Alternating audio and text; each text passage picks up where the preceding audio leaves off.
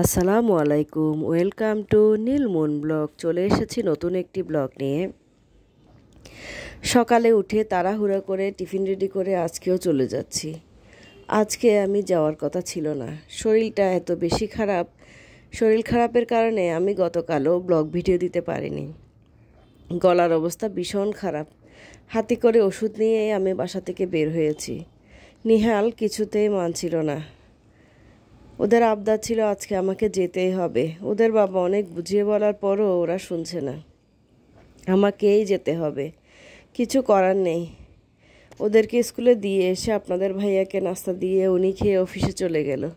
তারপর একই রুটিন, সেই নিত্য রুটিনের রান্নাবান্না, ঘর মোছা, সব কিছু।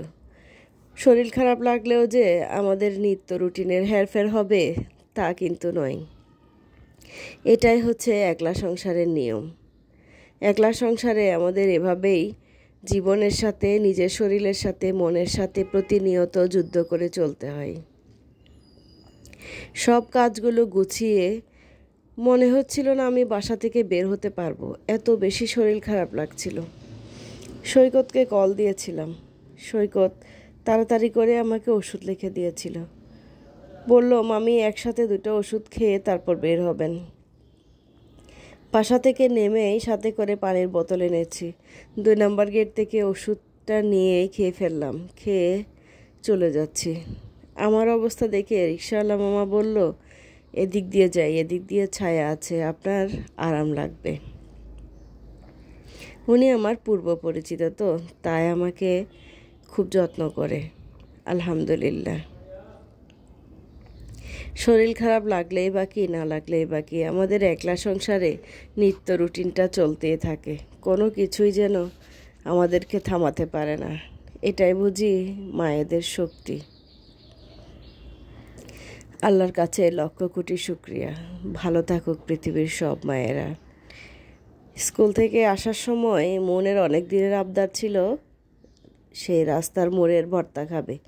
আজকে মনের জন্য ভর্তা নিয়ে এসেছি। মা মেয়ে দুজনে 2টা খাবো।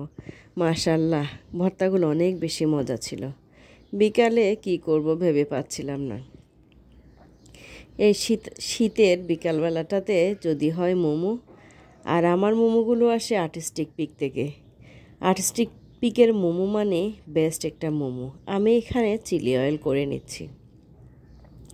চিলি অয়েলগুলো একটু ঝাল ঝাল করে করেছি, যেহেতু আমার ঠান্ডা লেগেছে। মোমোগুলো করেছি এবার রাইস কুকারে।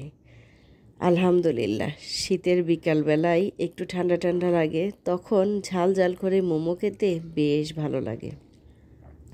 এই প্লেটটা আমি নিয়েছি পূর্বাঞ্চল থেকে। পূর্বাঞ্চলের মাটির প্লেটগুলো খুবই সুন্দর। তারপর মোমোগুলো এসেছে আর্টিস্টিক পিক থেকে। আপনারা তো বরাবরই জানেন আমার বাসায় ফ্রোজেন আইটেম আসে আর্টিস্টিক পিক থেকে। এরপরে ঝাল ঝাল সস দিয়ে মোমো, অমৃত। আলহামদুলিল্লাহ। এরপরে আচার করে নিচ্ছি। এবার মোটামুটি 10 থেকে 12 কেজির মতো জলপাইয়ের আচার করেছি।